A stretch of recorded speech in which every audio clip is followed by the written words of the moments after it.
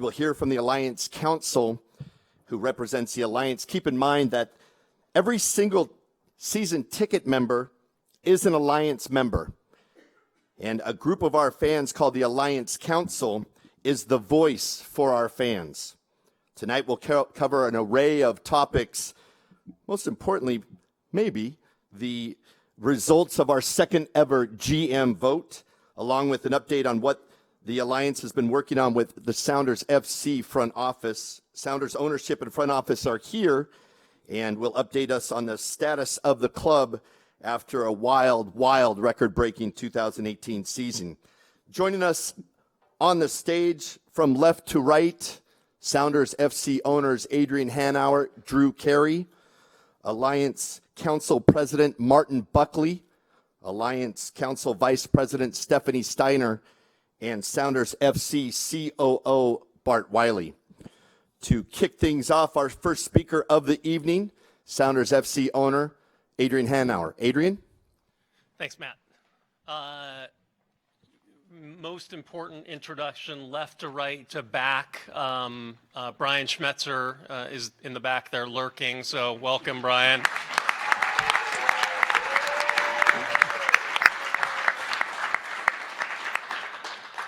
So my partner, Joe Roth, normally starts the event off with some comments. Joe had a last-minute issue in LA, was unable to make it tonight, so I'm going to do my best to channel Joe. There's a virus going on. But you know, first off, I'd be remiss if I didn't say a few words about our partner Paul Allen. You know, this has been an emotional 30 days in the Sounders family. Paul was an extraordinary citizen in our community, a visionary in so many ways, technology, brain science, lots of work in artificial intelligence, the arts, music, sports, and you know, I guess most importantly, philanthropy, making it an impact in our community. I think that it's probably safe to say that we wouldn't all be sitting here without Paul's vision, first saving the Seahawks, building Centurylink Field, and then becoming our partner 11, 12 years ago, 2007, when we acquired the franchise with Joe Roth, Paul's commitment through then CEO Todd Lewicki to deliver the dream of soccer in our community. So, you know, a great loss for our community, and you know, we're forever grateful. So starting there, you know, the emotions of that, and then leading through a couple of crazy results, games, the San Jose game here on decision day, and ultimately the last Thursday evening, the stinger against our arch rivals to the south. Interestingly, I've probably gotten more emails and texts from people following that game than maybe I ever have about what a great advertisement that game was for our league, for our sport, for our community. You know, so thank you to our fans who stuck with us through a difficult season, started difficultly at least, and obviously came on strong, and we're sorry that we're not still playing, but I'm super proud of the organization nonetheless. I wanted to 2 years ago at this event, I laid out our vision and strategic objectives of this organization. I wanted to just review them briefly and talk a little bit about them. Others will go into more detail, but our vision for this club is to create moments, enrich lives, and unify through soccer. And again, you can look at a game like Thursday night as, you know, a building block upon that vision. we have 5 strategic objectives organizationally, and I thought I'd just remind everyone of them and say a few words about each. Our first strategic objective is to win MLS Cups. That's a plural. Obviously, we got there in 2016, got another sniff in 17. You know, this year maybe didn't quite accomplish our goals. But I thought it was also a good opportunity to just say a few words about the aggregate of the 10 years that this franchise has been in existence.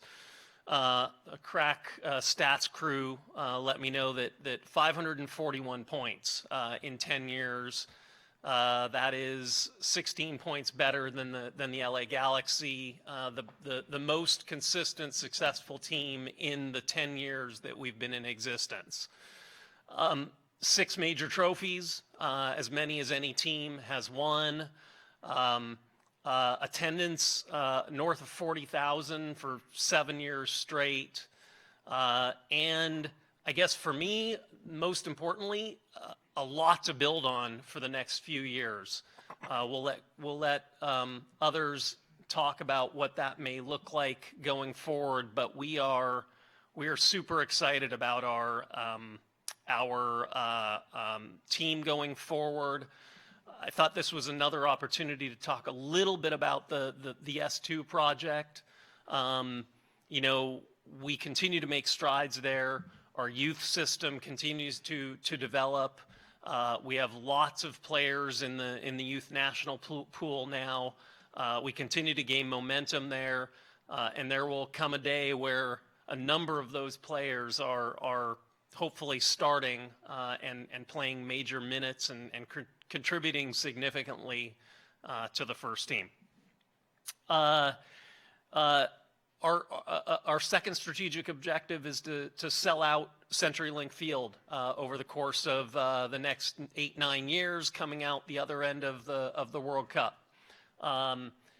It's not always going to be a rocket straight up, and you know, those of you who have checked things out know we had a slightly lower attendance this year.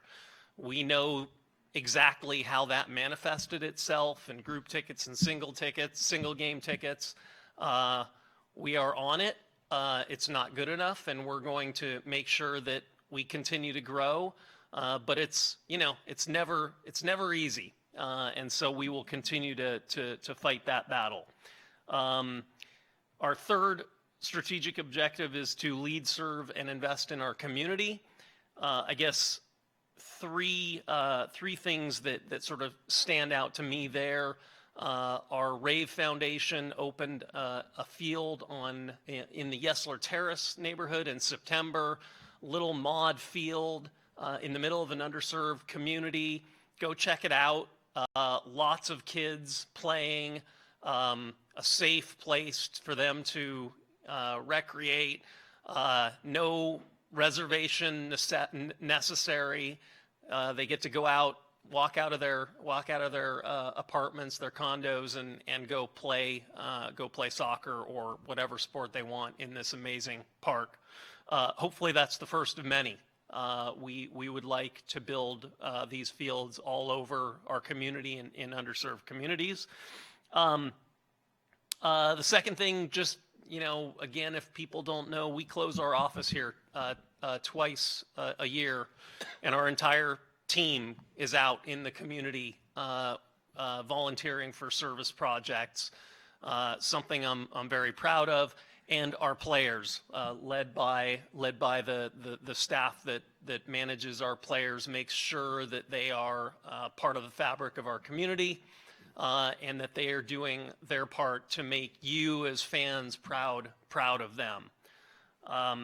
And you know, as a kid born and raised here in Seattle, that was kind of a non-negotiable for me. We were going to have an organization that focused a lot on the community, and it's one of our strategic objectives. Number 4 is to enhance and engage in democracy in sport. Again, Drew was instrumental in leading us down this path. Tonight is one manifestation of that. We hope that there are others, and will continue to be more, and we will continue to find ways to engage our Alliance Council and the Alliance members, and make sure that our fans feel like they are part of the process, and not just season ticket holders who don't have participation or say in the organization and the things we do. Tonight, obviously, a huge night. Stephanie and Martin will have more to say momentarily, but obviously went through the second general manager vote in the history of this franchise, and so we're excited to see what the results are. And finally, the last strategic objective is to run a sustainable and responsible business. This is a changing Major League Soccer landscape. Y'all have seen it in Atlanta, in LA with LAFC. Cincinnati is going to come on strong. Nashville after that. Miami. Not to mention some of the legacy franchises that are investing heavily. We need to do the same. So we try to make effectively every decision we can to try to provide resources for the soccer side of our operation so that we can continue to win games, challenge for championships, and ultimately hang more banners in Centurylink Field.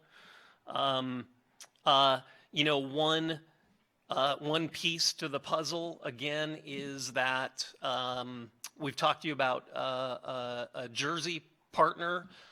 Later this year, probably early next year, we'll be very excited to announce a jersey partnership, a company that will be committing and investing heavily in our soccer community. So that was a big bogey for us as an objective and something to do this season.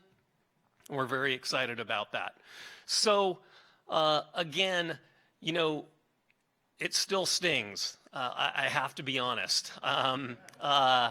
But you know, that's good. It in some ways it will drive us to accomplish more, to thrive, to thirst for more, to strive for more, and to get better organizationally, top to bottom. That's what we try to do every single day on the soccer side and on the business side. You have our commitment from ownership that will not stop. So thank you again for all your support, for being here tonight, for being with us for 10 great years, and we look forward to the next 10. Thank you, Adrian.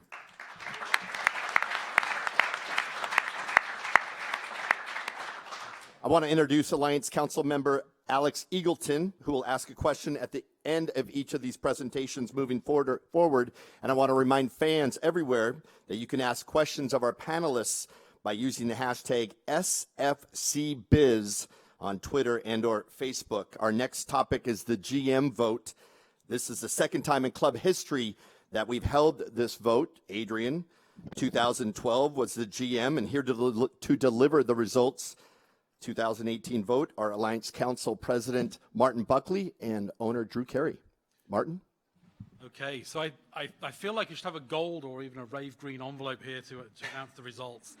But before I announce the numbers, I wanted to thank every single Alliance member, every single season ticket holder who did vote, and everybody who engaged with Alliance Council members on the concourse during those few matches where we were cajoling you to basically come in and vote.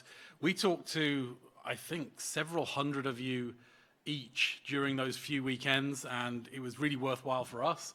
And I'll just announce the results.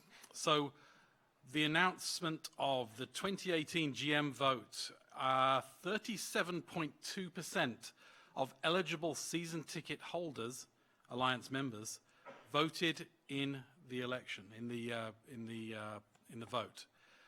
Of that number, 87.3% voted to retain Garth Lagerwey as general manager of Sounders FC. And I hereby would like to announce that Garth Lagerwey is retained as general manager.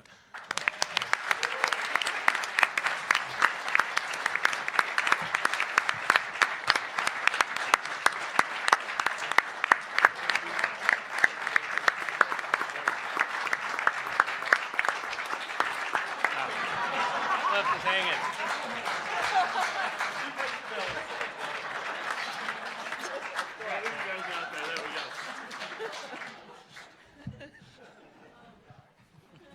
He's a pro. Changed our minds.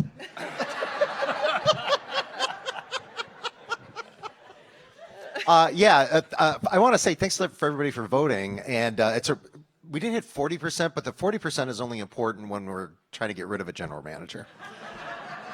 So, and that's to make sure that just like 5% of people can't show up and get rid of a general manager.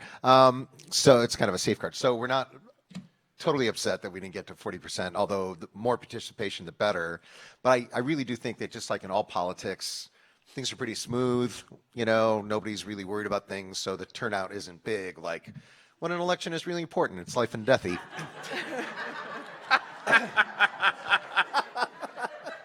You know, like lately. So really appreciate everybody coming out and voting. It was really important. And again, this is all for the long term.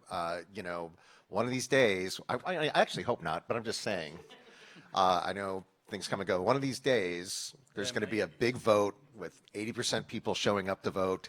And it's going to be real contentious, and should we keep this guy or not, or this woman or not? And it's going to be a big thing. And you're going to be glad that this thing is in place.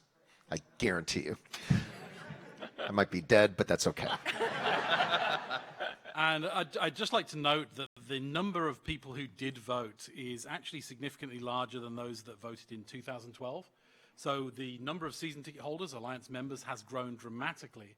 And as a result, the number of people who did vote was more than we had for Adrian. So, Garth, I know you hugged the guys who pay the bills, but you got more votes. Oh! Okay. Thank you, Martin. Thank you, Drew. Alex has a question and a follow-up. All right, there we go. Trying to find my mic. All right, so this is quite wordy and long, but I'm going to try and get through it here. Okay, so this one's to Stephanie. So with only 37.2% of the vote for the Alliance members that voted in the GM vote, seeing that we didn't reach the threshold of 40 for a valid election, the whole thing became mute. So given the fact that almost 60% of the season ticket holders chose not to vote, why bother with the charade of having the vote in the first place? Obviously, the overwhelming majority are either happy with Garth Legaway or don't have enough of an opinion to bother voting. Or maybe they are not voting because they realize since it takes 60% or 40% to be a valid vote, they actually don't bother. If any GM was doing so badly, then the season ticket holders would want him gone. And they would probably have already lost their position. I guess my question is, we actually got to this.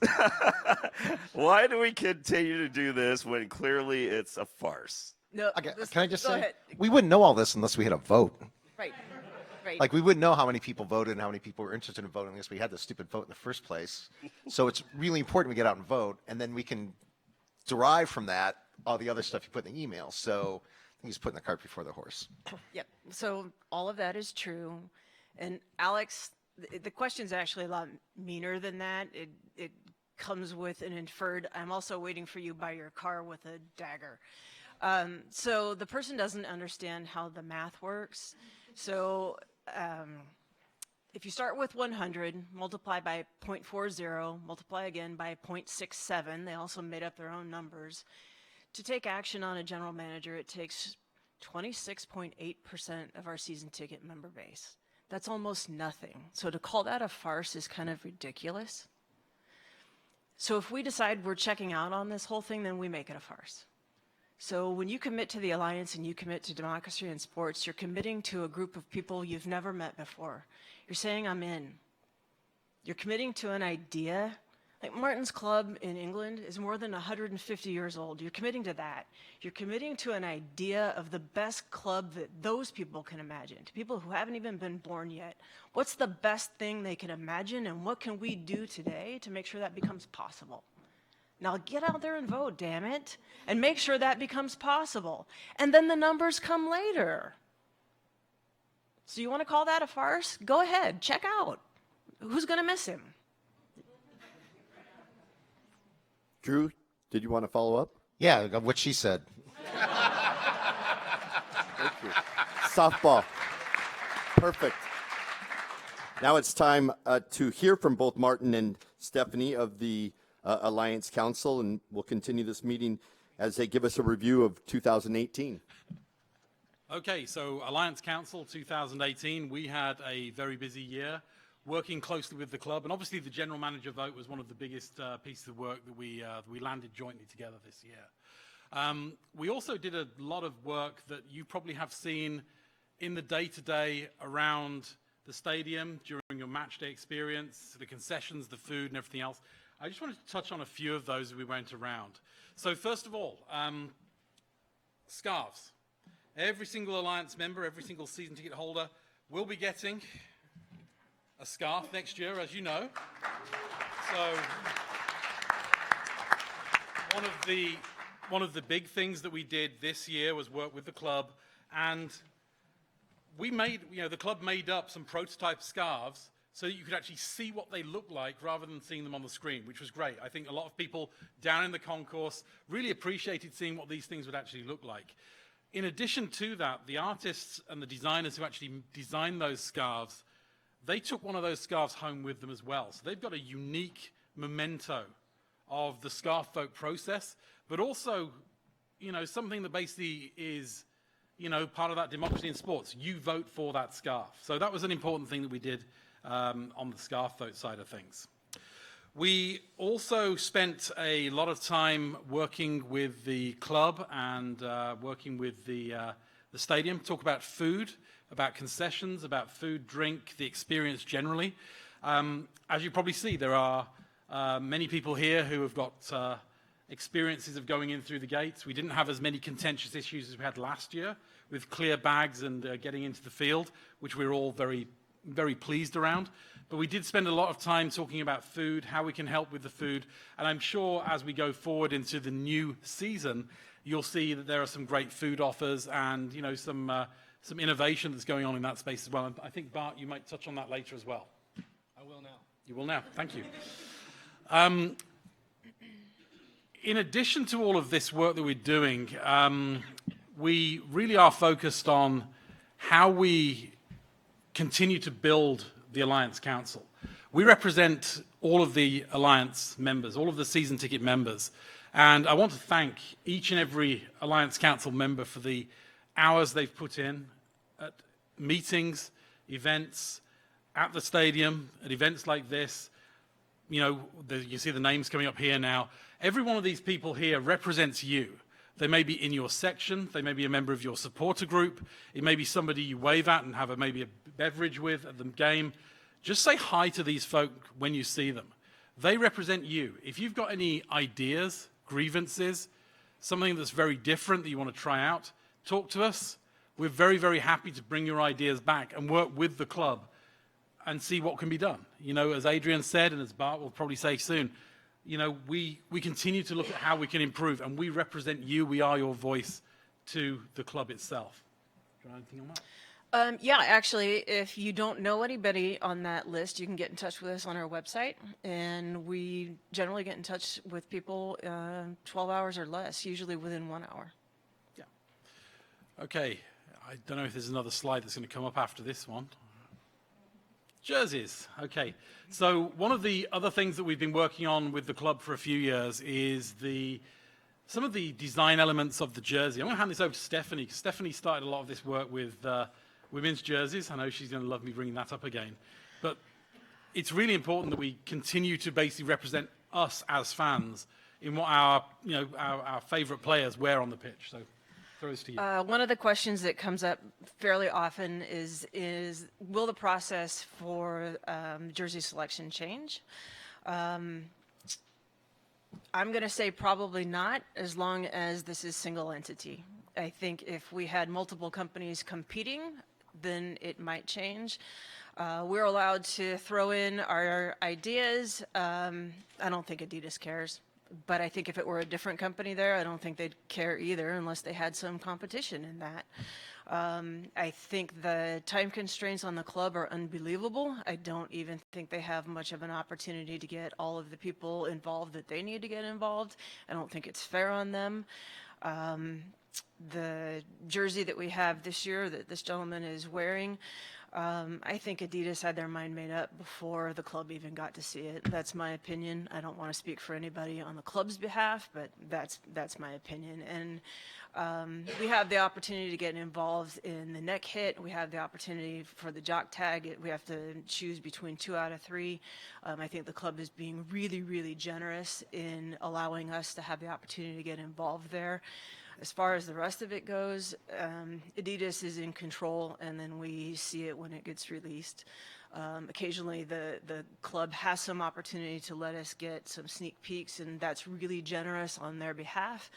But Adidas is a PITA, and the reason Martin threw that at me is so Bart doesn't have to be as diplomatic as he needs to be, because it wouldn't be fair to throw questions like that at them. So Bart, do you have anything you would like to say? Yeah, I will say that Adidas comes to us, and it is a quick turn, it is a quick timeline, and they give us the opportunity to fill out like a brief.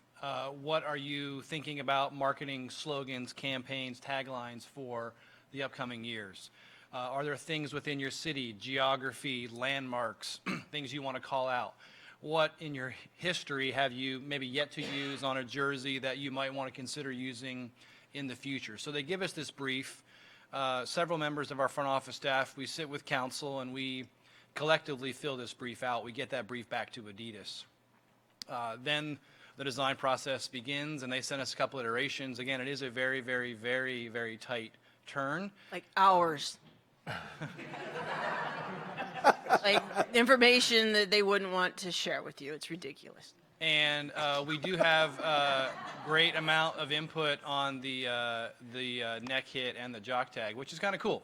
You know, it's again an opportunity for us as a club with council to call out some things specific about our club, about our fans, about our city, just that a little Seattle culture, Sounders history to the jersey. Also, you might have recognized or heard, but you know, we used to have 3 different kits, and the league has kind of gone away from that. So we now have 2, as does every other team in the league. So every year we're going to be introducing a new jersey. So next year there'll be a new secondary kit. Act surprised when I mentioned that in the business update in a few moments. But we'll do every other. So every other year there's going to be a new jersey that's coming out. And again, onus is on us to continue to push, poke, and prod with Adidas, something that, you know, first of all, our team love, that our fans love, and that we want to be part of the design process and be proud of. So it is an interesting process, I will say that, and we do the absolute best we can in the time frame in which we have to work. I'll also say that I'm going to guess next year's jersey is probably going to be the favorite one that I have seen of all of them up there. Okay. And just as So since you're going to start making your Christmas list, just write that down. okay. I'm wearing Converse shoes right now. What color are they? They're black. Black, Okay. Let's move on to the like next my slide. soul. Okay. Okay, so we talked a little bit about match day. One of the man, follow this. So we talk about match day every single Alliance Council meeting, and in our regular syncs with the front office. I'll be really honest. You know, as I said earlier, the folk we had up here at the annual business meeting last year were really representative of some of the angst and feedback and comments and complaints that came from our fans, you know, from the Alliance members last year. the fact that this year has been a lot more streamlined, is testament to all of the partners that we have to basically make that match day experience work. So, we've not seen major issues apart from a car show. But the day-to-day match day experience, I think, has been a lot more streamlined for most fans going into the ground. We also are focusing out on a lot of the food and concessions work. And again, we continue as Alliance Council to basically talk to you as fans and get your feedback. If you're in club, what's the food like? If you're down in, the 100 levels, what's the food like? What's the beer selection look like? Why do we have 27 IPAs? All of these things are really important. And I will give one shout out to one of the Alliance Council members, Jerry Neal, who managed to get Rosé back for, I think, all of ECS. I think Jerry owes me a beer now. Okay, next slide. Okay, we've talked about the scarf vote. I thought this was in a different order. I really love the scarf, and thank you again to everybody who voted on that one. Final thing on this is going to be questions. So over to Alex for anything that is Alliance Council related. All right. Here we go. More along the food questions here. Why aren't concessions more consistent in terms of being open on all levels of the stadium?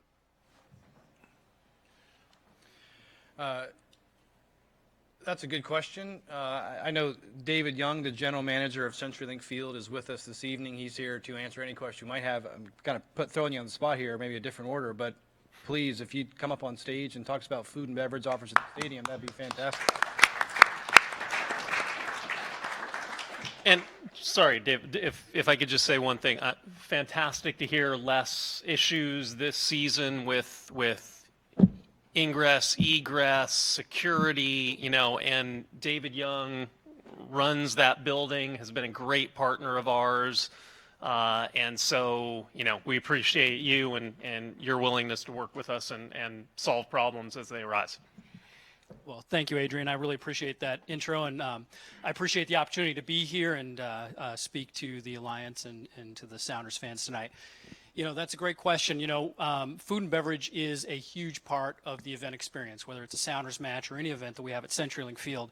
And that's one of the reasons why we took food and beverage in-house a couple of years ago. We've had a number of vendors, as I'm sure you're all aware, over the years, but none of them really aligned with our values here in Seattle for the Sounders or Seahawks or any of the other events at Centurylink Field. So we took that in-house to really better control that experience. One of the deliberate decisions that we made along with the Sounders is to not dictate what that experience is. When you get into those relationships with the contract companies, a lot of those decisions are made remotely, whether it's their headquarters or in Philadelphia or wherever they are. We made the decision that we're a true partner with the Sounders, and we want the Sounders to be involved in those decision-making processes. So it's a constant evolving process to respond to feedback, listen to the fans, listen to what works, and there are times that certain stands will be that may be closed, may be open, again, to listen to the feedback and understand from the Sounders what's best going to serve the fans. And just one follow-up for you. Thought I was getting as long as we have it here. Can we get more local restaurants to show off their culinary expertise? Absolutely, yes. Yeah, we have a great program with local, hyper-local restaurants, actually, right here in Pioneer Square, Soto, and the Chinatown International District. We're very proud of having 2 stands in the concessions area that feature these items, as well as on the Stadium Street over on the East Main Concourse.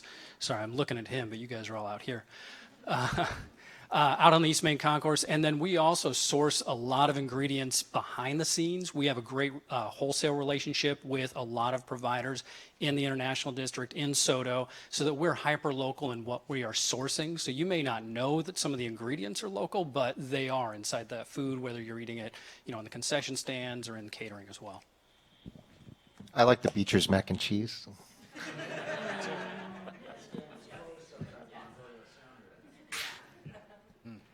Okay, so we got an Alliance question here.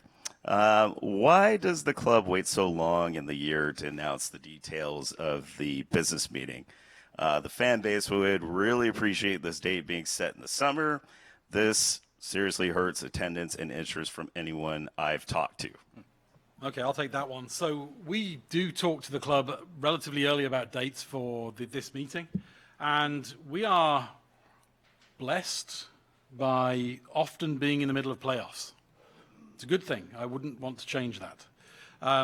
So we're really looking at the FIFA window and the availability of ownership and other folk to basically put this event on. So, if people want to put a date in their calendar for next year, I think you're looking around the same sort of time, that November FIFA playoff window, the FIFA window, in between those playoff games as to when this meeting is.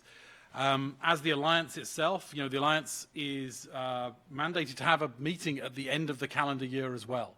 So, we're not going to have this in the middle of the year or the start of the year. It makes sense, and it's why we're here, to review the year as a whole.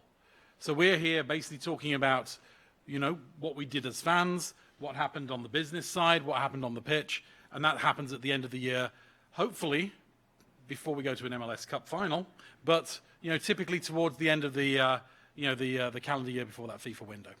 So if you want to put the date in the calendar, this is when the sort of time we're going to be looking at. Thank you, Martin. Our supporters are the cornerstone of the franchise. Head coach Brian Schmetzer speaks often of the special relationship, the bond between our fans and this club. Let's take a look back at some of the best memories from the 2018 campaign.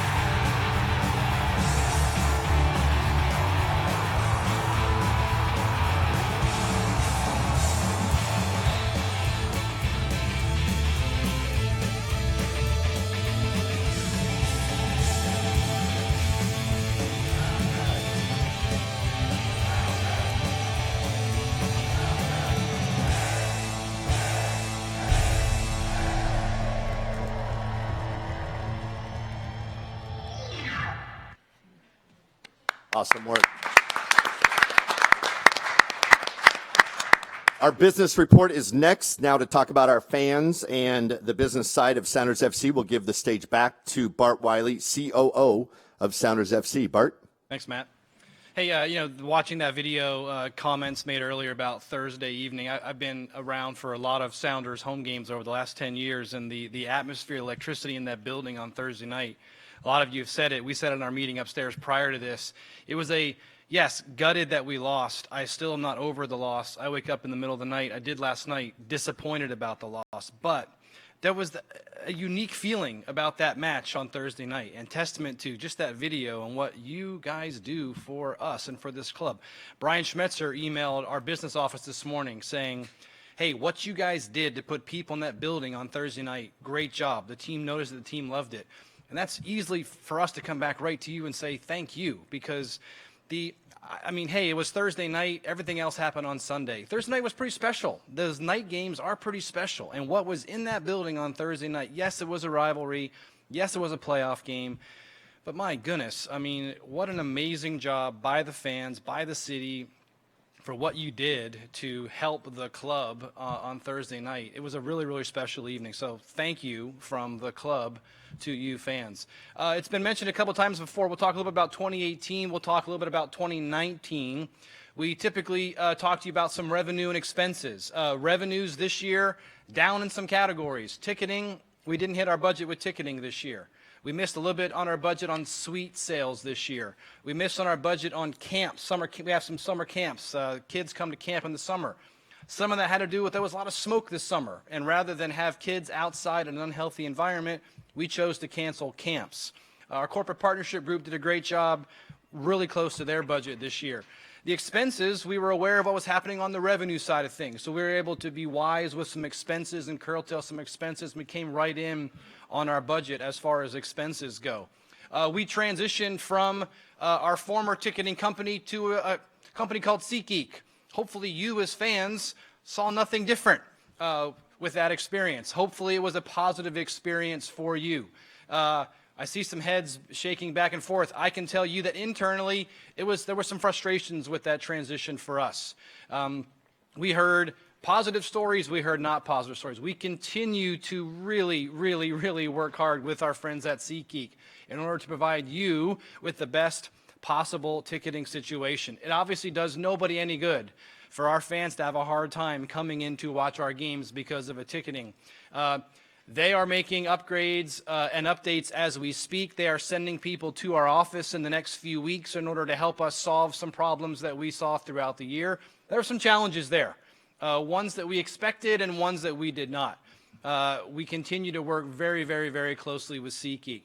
We're also very proud on the other side of things with our second annual season ticket member event in the summer. We continue to try to make that a very interesting, truly unique experience.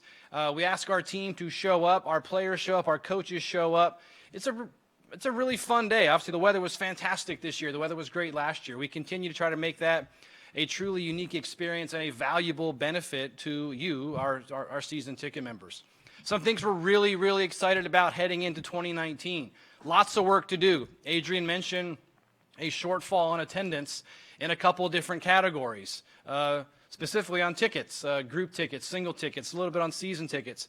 We have a lot of work to do. Things we're really excited about next year. We're excited about processes and strategies we have in place in order to combat what we saw this year as far as attendance goes. We're really excited about a jersey partner announcement next year. We're excited about the secondary kit next year. I agree with Stephanie. It is a unique kit. I will say that the women on council love this thing. And I took it home. My wife loved this thing. I'm excited about the second kit. We mentioned earlier that, hey, we're going to do this every other year. So we are excited to continue to work with council and Adidas to put an amazing jersey in front of you, our fans, every other year. We really try hard. Part of this whole democracy in sports thing is listening to fans. Council meets in this room once a month, and folks from our front office come down and we meet with council. When it's about time for renewals, we'll run through the renewal process with council. Kicking off the year next year, we'll kind of throw them the marketing plan for the year. We'll work with them on the jersey, but we try really hard and want to continue to listen to you, the fans, to make your experience with our club at games the best it possibly can be. So we're excited about a couple of things that we're going to introduce next year, like zero seller fees. If in fact you can't come to a game, there's no seller fees associated with your sale of your ticket. Like Martin mentioned and David spoke to, some food and beverage options.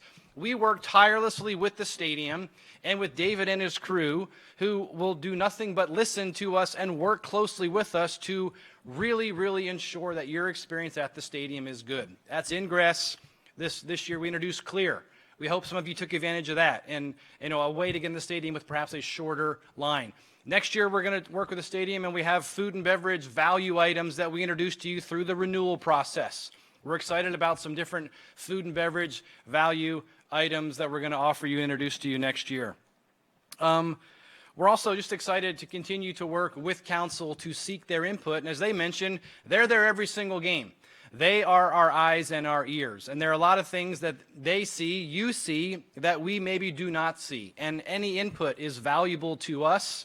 We want to continue to grow and continue to get better, continue to enhance your experience at the stadium. So anything you can tell council, guess what? Council's going to come tell us. That's why we work collaboratively with council, and we're going to continue to do so heading into next year. I'll also just say that there are about 90 people that work upstairs on a daily basis for this club, and we exist to carry out the 5 strategic objectives that Adrian mentioned. Well, I guess not the winning MLS Cup side. That's down at Starfire. But guess what we do? We try to run a responsible and sustainable business. We try to make sure that we're engaging in the community. Excuse me. We're going to continue to work with council on implementing the principles of democracy in sports. We are upstairs to serve the fans and to do what's best for our fans, and we're going to continue to do that heading into 2019. This year, maybe not the start we wanted on the pitch, maybe not the start we wanted, as far as the business went, but we were excited about the way things turned around on the field. We're excited about the way things turned around from the business side of things. We got stronger as the year went on, and we're really, really excited about some things that we're heading into next year. There's a lot of stuff to be excited about. It's an amazing time to be a Sounders fan, and we're truly, truly thankful for you, the fans, and we're going to continue to work tirelessly to make sure we serve you and continue to grow our business and be really, really good stewards of the Sounders brand. Thank you, Bart. A couple questions from Alex. All right. Are we going to do any full stadium matches in 2019, and were there any in 2018? Yeah, great question. We kind of tiered the stadium this last couple years, meaning, a tier A game, maybe it's a Portland Timbers game, we'll expect a bigger crowd. Maybe when we change the game from a Saturday to a Monday for different reasons, maybe that was a tier C or D game. Next year, one of the things we're also excited about is we're kind of revisiting and relooking at the full stadium idea. Meaning there will be areas, we won't get our schedule until late this year, early next year. Once we get that schedule, we're excited about looking at it to see where we can place an emphasis on full stadium games. We saw great success with that in the past. And as we think about ways to get attendance back where we want it to be, back to where we think our team and our coaching staff deserve it to be, well, we think a full stadium game and that philosophy of full stadium games is a good way to go. We had great success with that in the past. There was usually 2, 3, 4 of those full stadium games. So as we sit here today, we're going to wait and get our schedule, and we're going to pick some games in that schedule next year and kind of revisit and revisit and go back to the philosophy of those full stadium games. All right, and the follow-up question. Atlanta just passed the 1 million mark for attendance in a season. What steps do the front office need to take to surpass that number next year? Yeah, that's a big number, right? They're a brand new team, second year in the league. They play in a beautiful $2 billion NFL stadium. Guess what? We play in a beautiful stadium that was built for soccer and football. I grew up in Atlanta. I think it's really cool what Atlanta has done. I think it has lifted the league, right? Rising tide lifts all boats. It is frustrating to me that they beat us in attendance. I'm also going to quickly remind you what Adrian said earlier. We've had over 40,000 fans a game 7 out of the last 10 years. We've led the league in attendance 8 out of 10 years. What you guys do in that stadium and have done in that stadium for 10 years has been absolutely incredible. What do we have to do to get to that number? We have to continue to work hard, work thoughtfully, work smartly, to come up with some good strategies, to continue to place value in your season tickets. If there's no value in that ticket, you may not renew that ticket. You may not buy that ticket. We have to continue to do things to put value in your ticket to make you feel like, hey, look, if I get rid of this, it's going to be really hard to get it back. And we need to come up with some strategies. We're working on strategies. We have strategies in place next year to continue to place value upon your season ticket so that it is impossible for you to not want that ticket. And it's going to take a lot of work, right? Again, like Adrian also mentioned, this is not a rocket shot straight up in the air that we're going to be at 1 million next year. It's a lot of work. What we do to sell tickets, what you do to come to the games, it's not easy. It's a long season. We played a lot of games for the last 3 years. That's a good thing. But there's a commitment required, and it is not easy to convince people to come to a soccer match to sell a ticket. It is unbelievable how you support this franchise. We could not be more thankful. And I think the Atlanta story is phenomenal. I think it's helped the league. I think it's also amazing for us to see what they've done, to go back to our staff and say, look, we've done this for 10 years. Our 10 years in this league has been absolutely incredible. We can throw a lot of amazing numbers at people to make you think we know what we're doing. Well, guess what? We have a lot of work to do. We want to sell out the stadium. That means we have to sell a lot more tickets. That means we have to be really thoughtful in the way we take care of our season ticket members. And are we going to beat Atlanta next year? I don't know. I went down there for our game in July. They had 72,000 people there. That was unbelievable. But we're capable of doing that here. And it's going to be up to us to figure out a way to continue to take care of our season ticket members, to provide the team side with the most resources possible. Every single dollar we get in the business office, we give to the team side. Because guess what? A really good team that entertains you and is amazing to watch on the pitch, makes our jobs a lot easier. We want to continue to find ways to provide more revenue for the team side so that we continue to grow attendance, that we can challenge Atlanta. All right. And what is the club's strategy for reaching out to untapped fan bases? And then there's a follow-up to that question. Yeah, so the league has done a lot of research with a group called the Boston Consulting Group. They have come out and shared with each team in our league. They were here in this space earlier this year, sharing results of that study. It's a very, very exhaustive study. It boiled down to, not surprisingly, there are two groups of fans in Seattle we need to be mindful of: sports fans and soccer enthusiasts. There are traits within those two groups of people that they're suggesting to us we employ in order to go out to capture those fan groups. Further, we've enlisted the help of a third party to do some primary market research, talking to people who are currently season ticket members, talking to people who maybe once were a season ticket member who now are not, and going out to sports fans and or soccer enthusiasts who may not have ever been a season ticket member. And why are we doing that? Because a lot of you who have been with us, great, we want to know more about what value you do find in your season ticket. We're going to throw some food and beverage value items at you next year at the stadium. No seller fees, can continue to work with SeatGeek, full stadium games. But the more we hear from you, the better we can and more efficiently we can run our business. The more we can grow our business. A lot of folks who chose not to renew cited, it didn't really work with my schedule. Well, that's very, very ambiguous. What does that mean? We want to dive into that. Does that mean that, hey, if every game was Saturday night at 7 o'clock, we'd come and we go to all those matches and we would sell out the stadium tomorrow? Does that mean that, well, when you move a game from Saturday to Monday, that interferes with my bowling league? I'm not going to come to that game. So we're going to go to folks who have not renewed with us and ask them if, in fact, they selected, doesn't fit my schedule, what does that mean? What can we learn from that? And then it's up to us and incumbent upon us internally to make smart decisions on the fly in order to have a greater value placed upon your ticket, to continue to come up with benefits that you find valuable as season ticket members, and again, to grow our business to the point where we provide more funds to Garth and the team side to continue to put a really entertaining team on the field.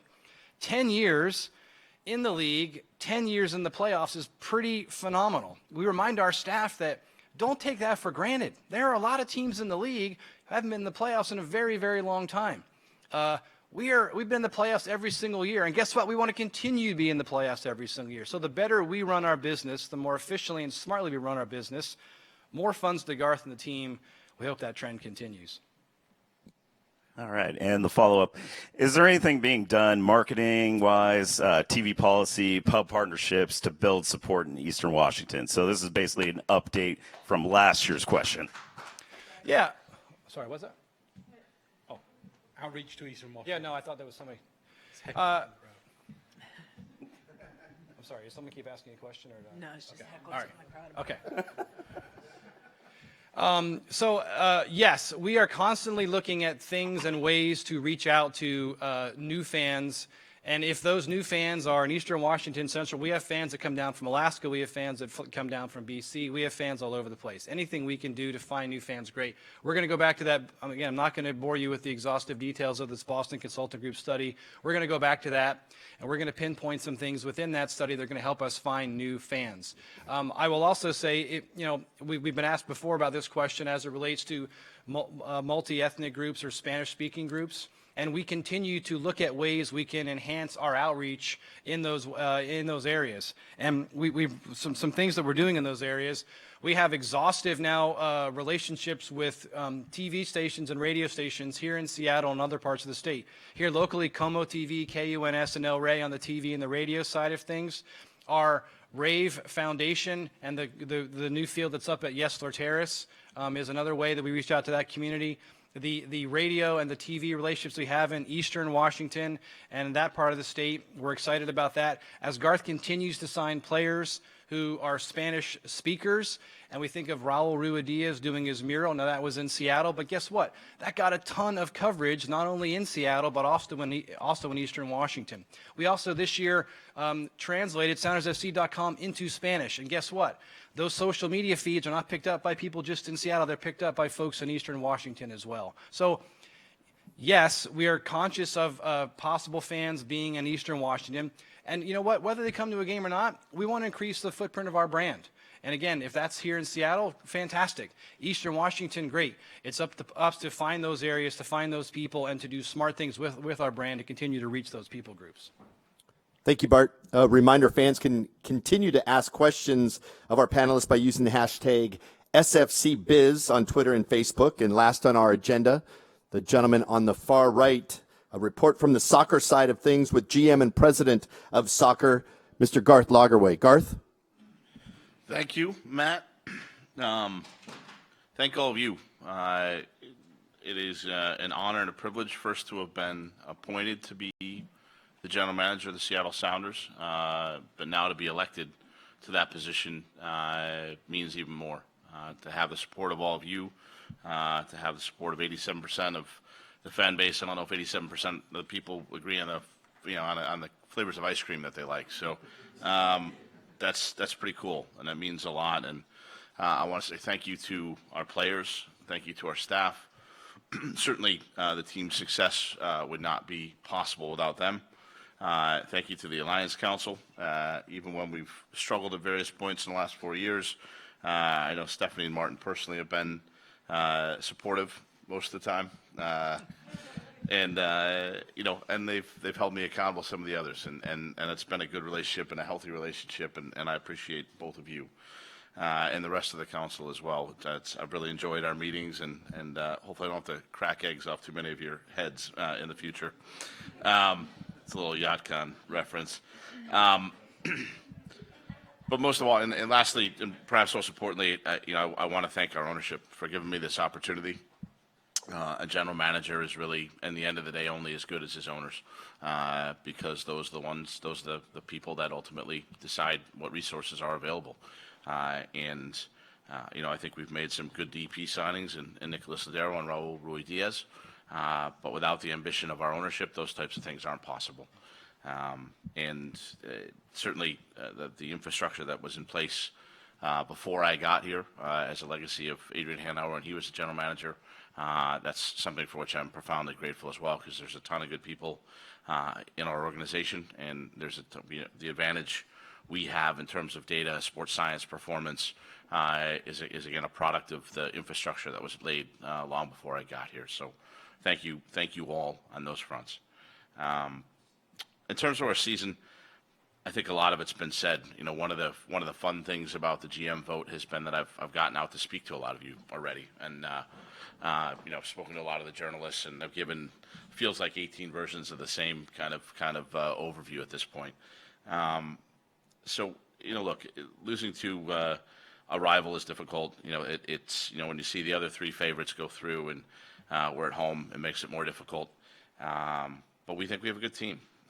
We feel like we were banged up at the beginning of the year, and the results reflected that. But once we got our team back together and got everybody on the field, we had the best half season in the history of MLS. So I think that's something to build on, and that's certainly the foundation that we believe we have for next year.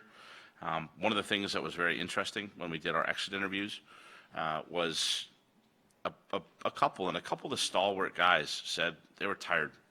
And these are tough guys. These are mentally resilient guys, and to hear them say that at the end of the day, that we'd played almost 3 years with basically 2 months off. That's just a lot to ask of anybody. And so, if there's a silver lining to a gut punch loss like that, I think next year sets up very well to compete on all fronts. We're not in Champions League, so we don't have to rush a preparation. We don't have to put our athletes under that kind of stress and pressure for next year, and we can actually get them some time off. I mean, we're sending them away and saying don't do anything, don't look at a soccer ball for 3 weeks, and some of our guys need it, honestly, and I think it's going to help set us up for a lot of success next year.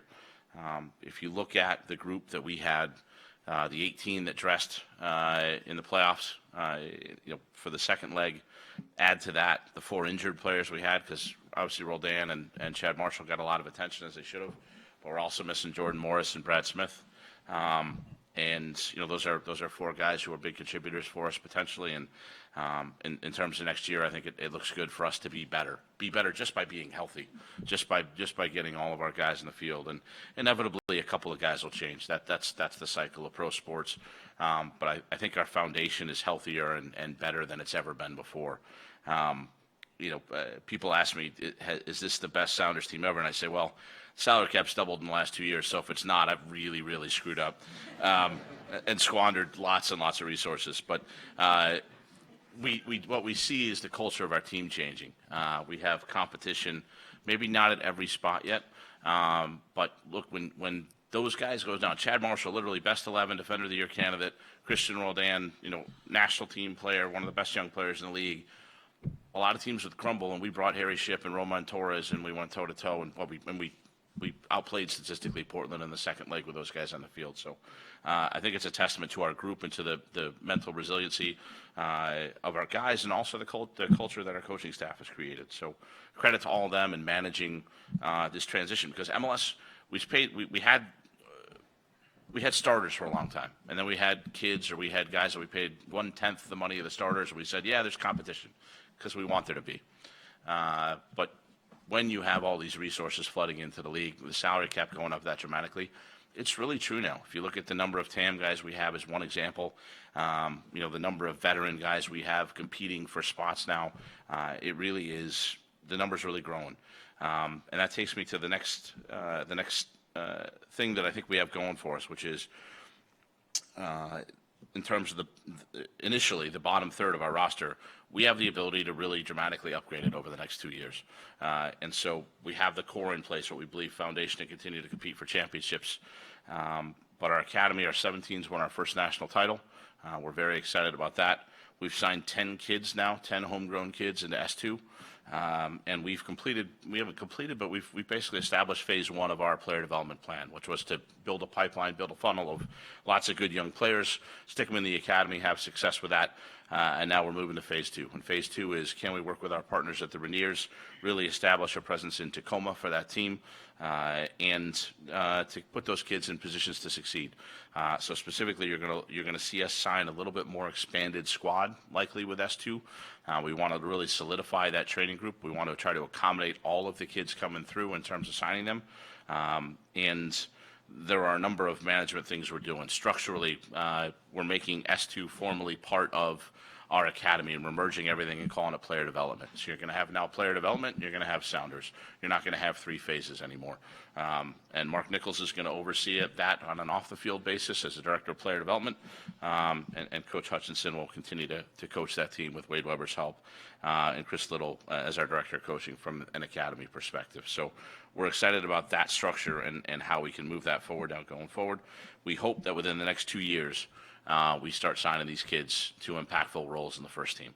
So I think, you saw the tip of the iceberg, the tip of the spear, Handwalla Bwana, bubbling through, honestly, maybe a year earlier than we thought he might. But that's what you get with kids. They're precocious. And we've created such a cool atmosphere now and a style of play at these younger ages coming up that, we have 10 signed, we have more coming through. Certainly not all of them are going to make it, but it's really exciting to have that number of kids, and again, competing for a very limited number of spots on the first team, and to say now, we used to wait and see, we're going to pick 20th in this next draft and wait into 20 to see if some player is going to fall to us, and now we have 10 players to whom we can compare that player and say, well, if we don't get our guy necessarily, then we can push these kids into the team as well. So that's really exciting.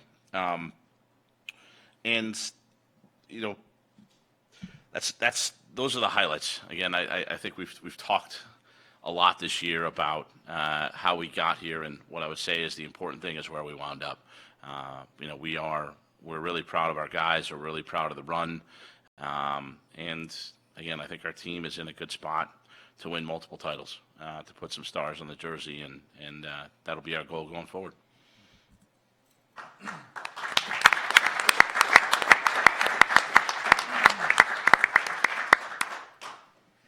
So, do you consider this season to be a success? Why or why not? No. Oh. No, it can't be. You can't lose to Portland and call it a success. And no. And you can't be the only favorite to get knocked out and call it a success. We've said we're going to win MLS Cups, and that means our performance in the playoff matters. And it take nothing away. I mean, I don't know anybody who watched that game who didn't think the players gave everything they had, the staff gave everything they had. I mean, I'm far enough away from it now to appreciate at least what a spectacle the game was. And I think one of our players said, we really or maybe it was Jeremiah that wrote about it, that the Raul's second goal, really should have meant more historically than it will now, than just to merely force an overtime. But hopefully he's got a lot more of those to come, and we got a lot more big moments, and certainly going to feed the Portland-Seattle rivalry. It's I think a shining example of what MLS can be. Anybody who doubted whether we should be playing in the playoff games or not, I mean, I don't know what to tell you if you didn't like that game, if you weren't having a good time at that point. And but yeah, we want to compete for championships, and we want to go deep into playoffs. And we're happy we got the bye, but we got to hopefully get there with a little bit less stress next time, and that'll make us healthier, and that'll hopefully put us in the best possible position to try to win those games. All right, so we got a couple of online questions and questions from Twitter. Can you provide an update on Jordan Morris? Jordan is coming along, and we expect him to be ready for preseason.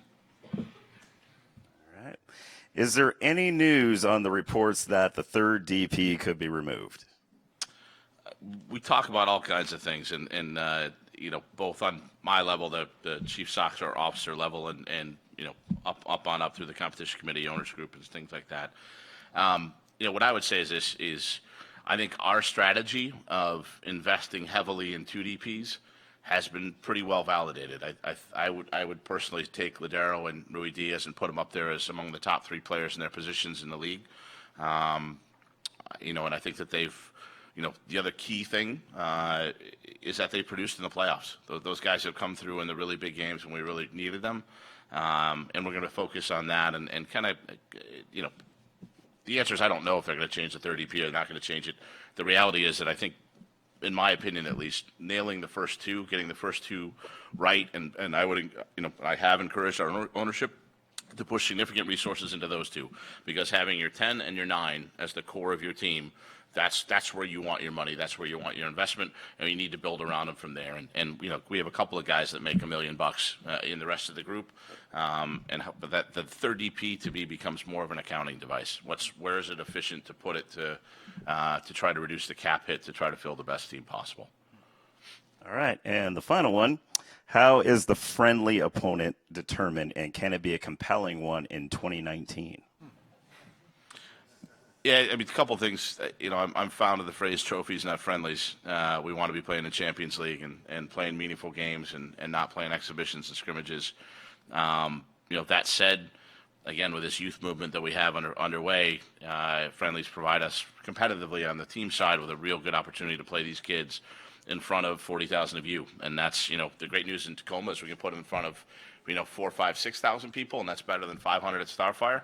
But if we can put them in front of 40,000 every once in a while, that's going to help them as well. So that stuff's really interesting and compelling. And in terms of opponent, again, I know that we haven't necessarily played Barcelona and Real Madrid, at least since I've been here.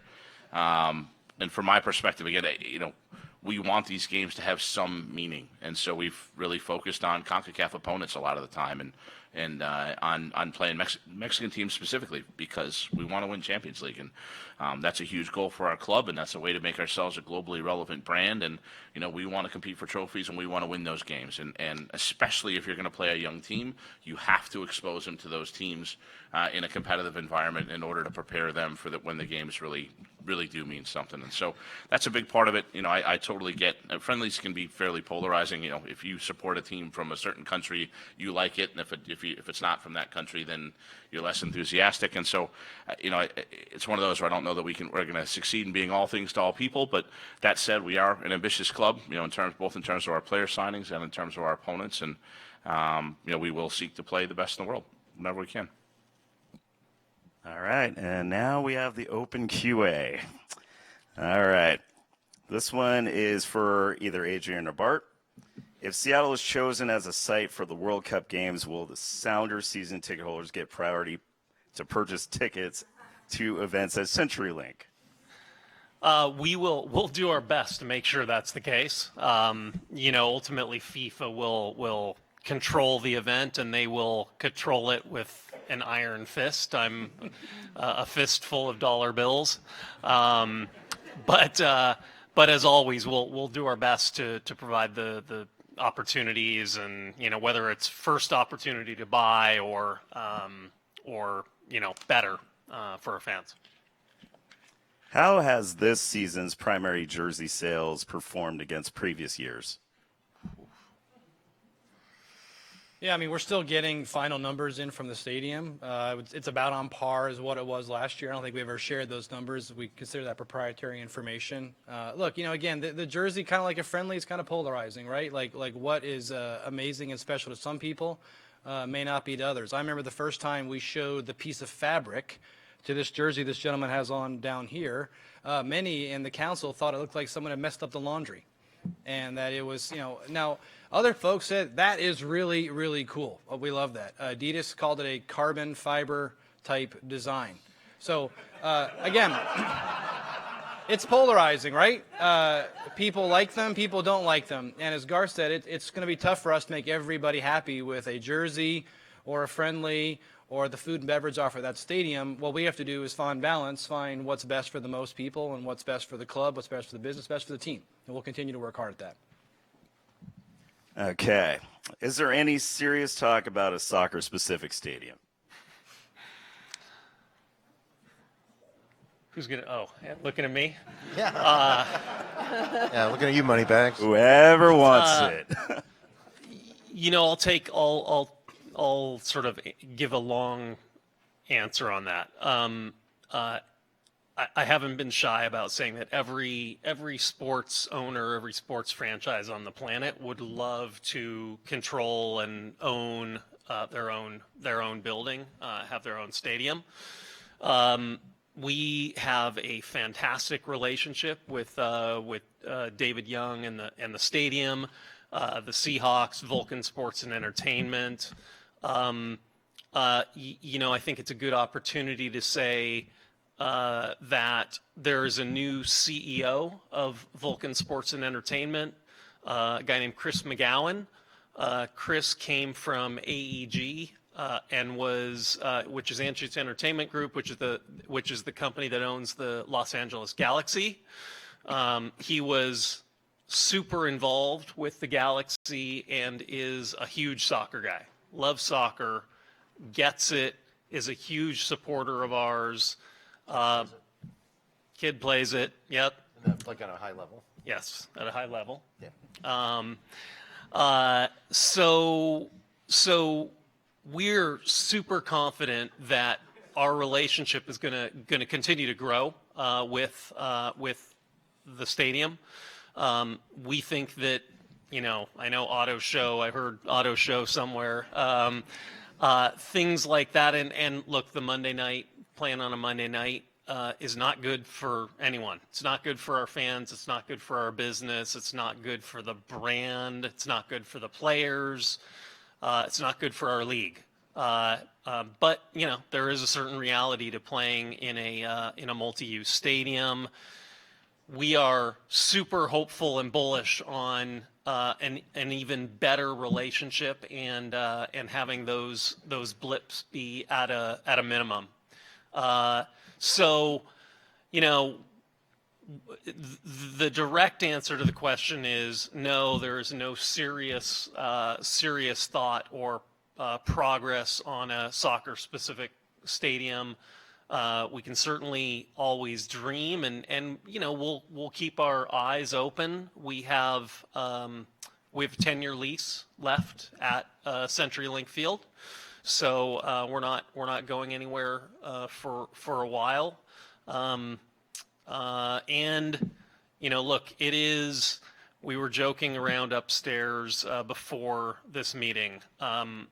When we started the franchise, came into the league or bought the franchise in 2007. MLS teams around the country were building 20,000 seat stadiums in the suburbs. And again, thankfully, we're not doing this then, and we weren't out trying to seriously get a stadium built, because we'd have built a 20,000 seat stadium in the suburbs, and it would not be a good place to be right now. So again, is Centurylink Field perfect for us? No. But it's a darn good building, very convenient, great location, great facilities, and we will work to make it even better as we go forward. I did buy a lottery ticket when it got over $1 billion. So I'm doing my bit. I was telling Drew, these meetings are way funnier than when he's here and not Joe. I did buy a lottery ticket, though. That's true. So just as a follow-up, we've had a number of people bring up the car show and the concerts and the monster truck events. Is there anything that can be done in the future to mitigate these issues? That dude left already. Oh, Oh, there he is. David's back there. Yeah, we'll let David answer, but the answer is yes. I think we can communicate better with each other. We are going to continue to try to find the best solution. It's not only the stadium that drives these issues. The league television schedule, the Mariners schedule, Seafair. There are, when you look at the myriad of events and challenges in scheduling, it's not fair that we, throw them under the bus when, sometimes it's not necessarily a stadium-related issue. Thank you. I appreciate that. And I want to echo Adrian's comments earlier. I think CenturyLink Field, and obviously I'm biased, I think it's the best soccer venue in the country. And it is not only, you're right, is it perfect? Probably not.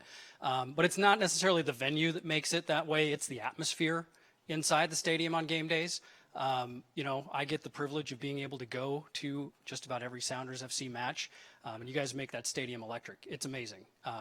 That's what makes it a great soccer venue. So I'll tell you, when it comes to the question about the car show, and look, we've had a lot of feedback on this. I've heard, I have Twitter. I see what, and we've had some direct feedback as well, and certainly, we should have there should be a hotline to Taylor Graham's desk between mine and his. There is. The amount that we talk on all kinds of topics. So they're your advocates. They're telling us all the feedback that you provide to them, so we hear it, right? The first thing I want to say, and specifically related to the Seattle International Auto Show and what happened last week with the Portland match, first of all, I get it. It's not ideal, and that's not the game day experience we want to present. It certainly wasn't the experience we wanted to present to the auto show either. And I understand that your frustrations about being inconvenienced on the west side of the stadium. I just want to provide a little context here. So when the referendum 48 was passed back in 1997, the stadium and the event center were created for the purpose of hosting the consumer shows, auto, home, boat, and RV, and sporting events as well. And in fact, if you recall, the event center was built first and opened in 1999, and we actually couldn't implode the Kingdome until the event center was built, so that those consumer shows would not have to miss a year or be relocated. So those are a very important tenet of the facility, and what we consider to be one of our three primary tenets in the building. That building was created for both kinds of football and the consumer shows. And we have now three primary tenants: Sounders, Seahawks, and those consumer shows. So these shows, like those other two sports tenants, are on long-term leases with First and Goal, with the operator of the facility. We determine, with the auto show and with the other shows, the dates of those shows well in advance, way over a year in advance. And the auto show, and some of you may recall this, some of you maybe have attended it, historically has been in October. A couple of years ago, we worked with them to move them out of October and out of Sounders regular season into the FIFA international break. And that worked out great for a couple years until this year. FIFA moved the break back a week. And the hotline rang from Taylor. And he said, hey, we moved back a week. We may have a conflict. And so since then, we've been working really hard with Sounders. And I'll tell you again, they've been the advocates of the fans and of the team to find alternate dates, to find ways to mitigate this. And ultimately, we ended up where we were last week. So it was a one-time issue. We're working hard to avoid similar instances of that. I know we've had other instances this year where we have close event scheduling. And frankly, it's very challenging to schedule that building. We have so many events that go through that building in order to maximize the return on the public's investment in that building. 20% of the proceeds from the event center go to the Washington State Common School Fund to help build schools all around the state of Washington. So really it's incumbent upon us to maximize the use of that building. But we can't do that at the expense of our primary tenants, and Seahawks are even feeling the impact this year. If you've seen the Seahawks schedule, they played only 2 home games in the first 7 weeks of the season and backloaded into the end of the year with 4 games in December. So there was some scheduling all around, some scheduling considerations all around this year. And we're working really hard right now in 2019 and beyond.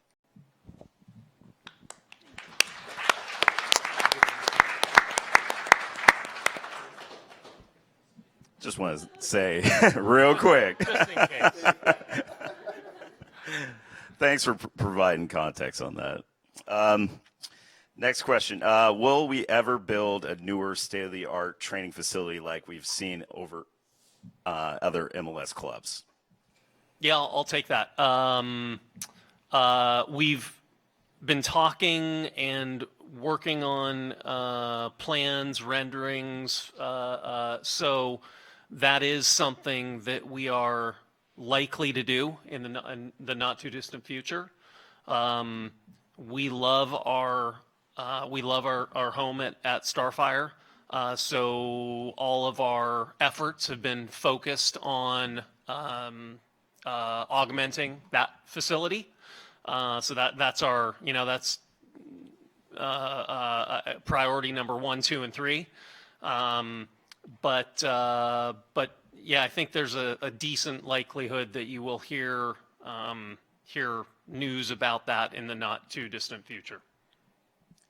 Okay. If and when Vulcan sells the Seahawks, what happens to the Sounders? I guess I'll take that again. You feel free to jump in, David, but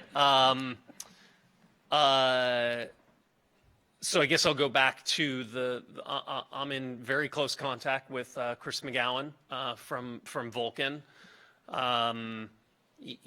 Paul's passing was a month ago, so in respect, we certainly are not pushing them for any information. What's been communicated is it's business as usual. If and when there comes a day when the Seahawks are sold, honestly, there really shouldn't be an impact on the Sounders. Vulcan has been what I would say a silent but silent partner, but super supportive. And I would anticipate any new owner by way of the Seahawks would be the same. Okay. This one was on Twitter, I believe. What is the Sounders' current relationship with the Reign? Me too. The Reign. I'll start. You can do. So Bill Predmore, the owner of the Reign, is a friend of mine. We talk weekly or every couple of weeks.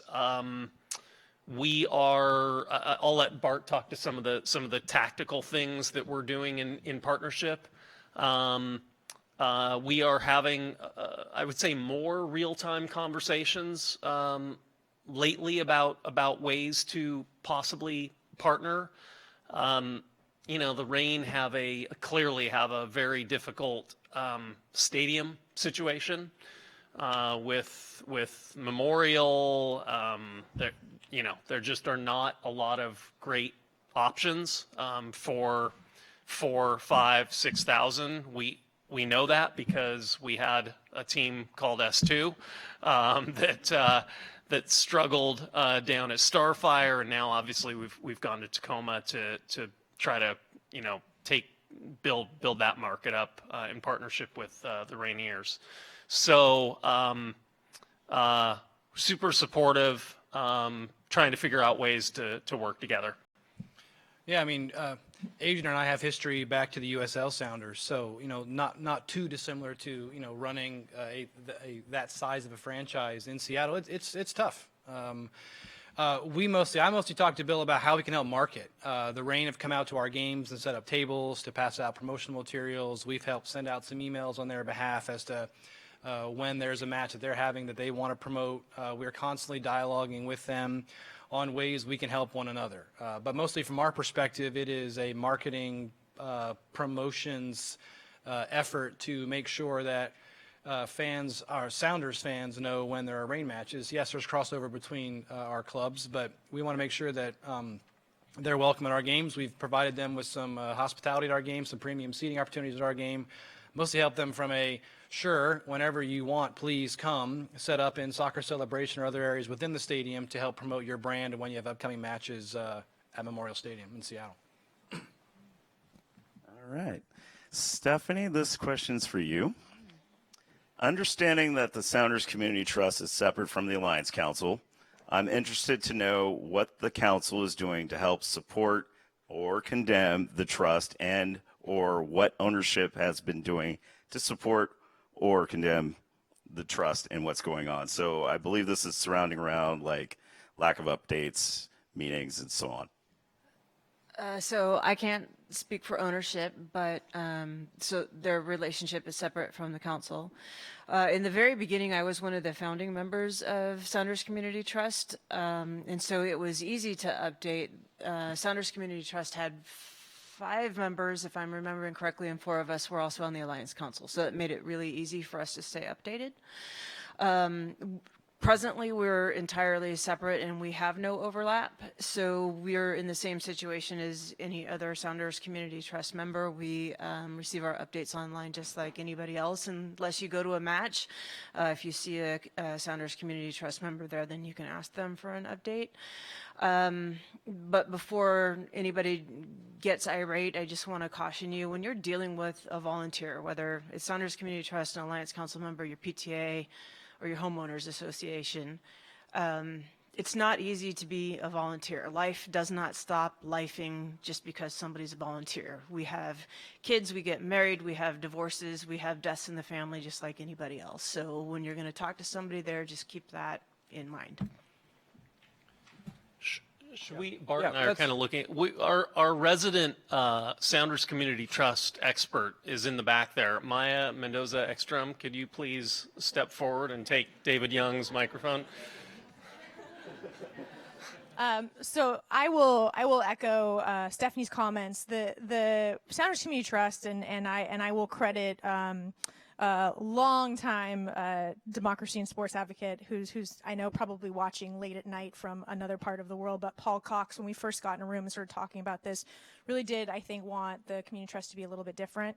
I will say that from our perspective at the ownership and the leadership level of the organization, we've put them in a little bit of a holding pattern because we've honestly been focusing on the operations of S2 in Tacoma and really building our partnership, our business partnership with the Rainiers so that we could do things like put 5,000, 6,000 fans in the stands at Cheney this year on a very short turnaround and a timeline, and then build for the future. And then also adjacent to that and in furtherance of that, try to really create a Tacoma-specific brand around the team that allows us to further the stadium development process. So we are in the final throes of a feasibility process that we've been in with the City of Tacoma, with Tacoma Metro Parks, evaluating the stadium in Tacoma, and hopefully in the early part of next year, we'll be going in front of Tacoma City Council and Metro Parks and actually looking at a critical path forward to build this stadium to serve our team down there. Now, what I say that it's a little bit on us because we've put Sounders Community Trust in, I think, a little bit of a holding pattern. The conversations we had with them were, let's also look at this opportunity for you guys to think about what your future looks like in Tacoma. We don't have to be holding to the ideas we had at Starfire because this is going to be a new opportunity. And they reported to us mid-year that they really wanted to look at becoming a membership-based, nonprofit organization that was really focused on community and grassroots soccer. And that's going to be an opportunity that's still available as part of this process. And so as we come out of the very sort of macro, strategic, cumbersome government processes of thinking about how we build a stadium, the business processes of helping our friends at the Rainiers really understand soccer development, and they're getting really good about speaking soccer. Garth's been down there a lot educating them. We get to have that sort of external opportunity again to re-engage with Sounders Community Trust, and I'll be the first to admit that we each owe each other, probably from the organization's perspective and from the trust perspective, a check back in now because we're at that stage to sort of start thinking about what 2019 looks like. Thanks. Right. Thanks for the update on that. Just what I was going to say. My bad. Okay, I got a few more. And this is for the panel here. What proactive measures do you have in place to ensure a diverse, inclusive, and supportive workplace across the whole organization? I'll start. Look, I'm born and raised in Seattle. We're a diverse community, and raised in a family that thrived on and seeked out diversity and diverse opinions and diverse lifestyles, and so leadership starts at the top with me, and the organization knows that we value diversity.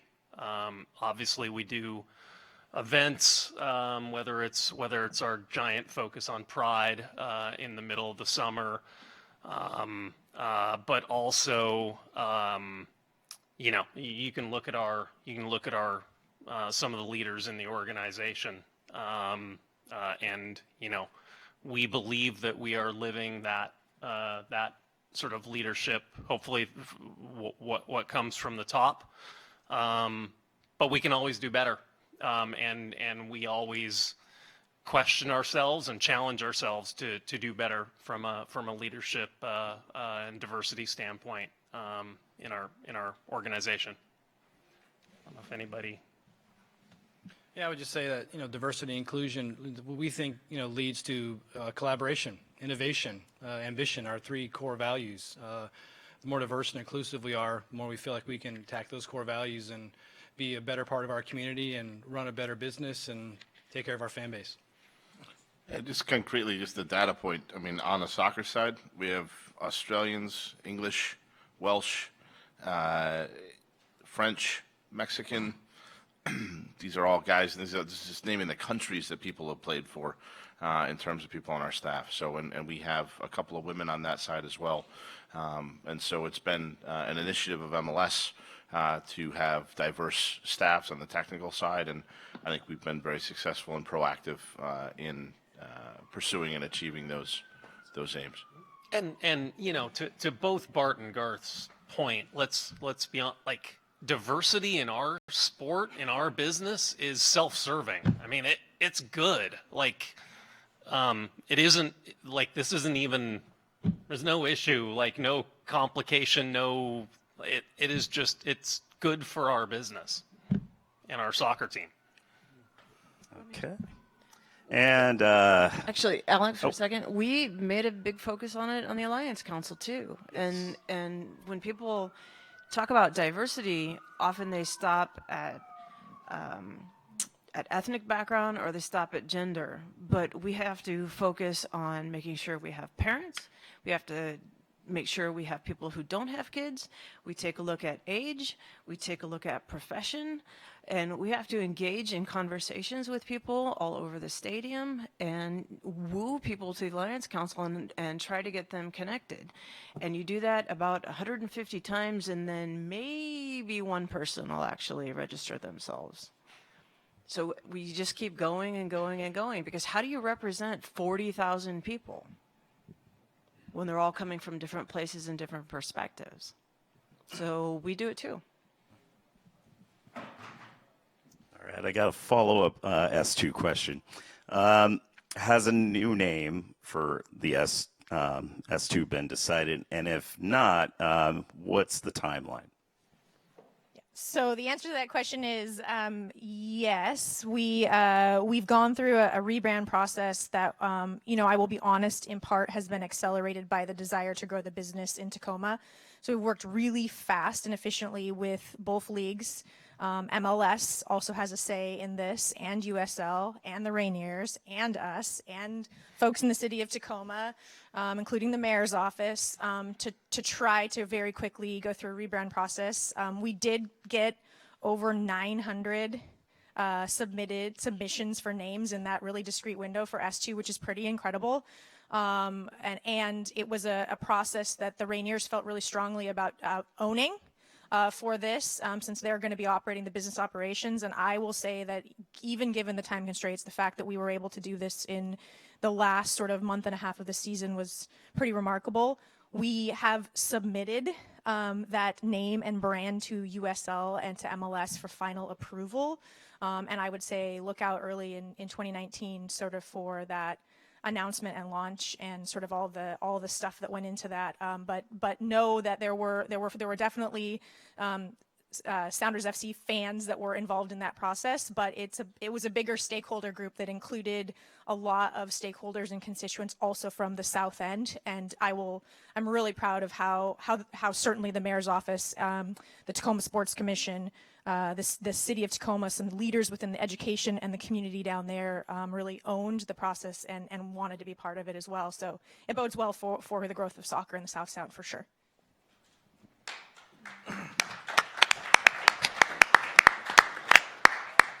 All right, final question. Garth, the year is 2028. You're walking the trophy case with your sons. Talk to us about what you see and what you're telling them. You mean the trophy room?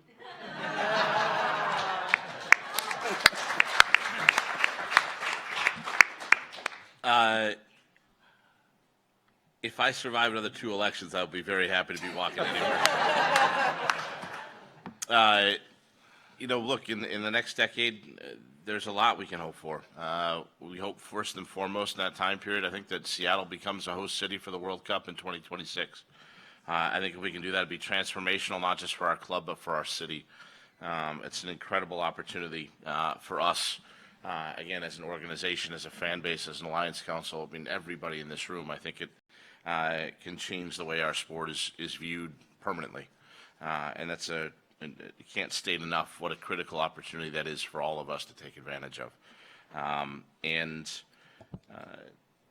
Beyond that, if we made the playoffs every year from now until then, we still wouldn't have caught the San Antonio Spurs in terms of consecutive years of the playoffs. But maybe we'd be close by then.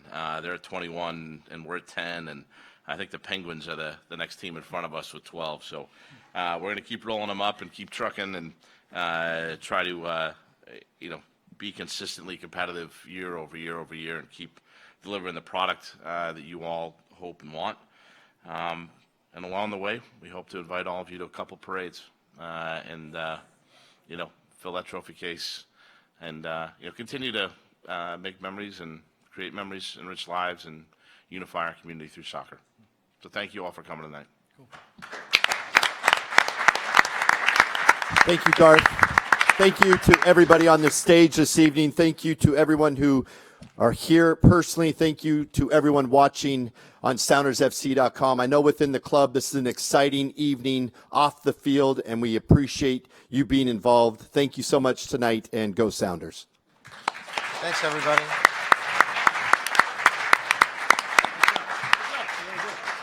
Thank you.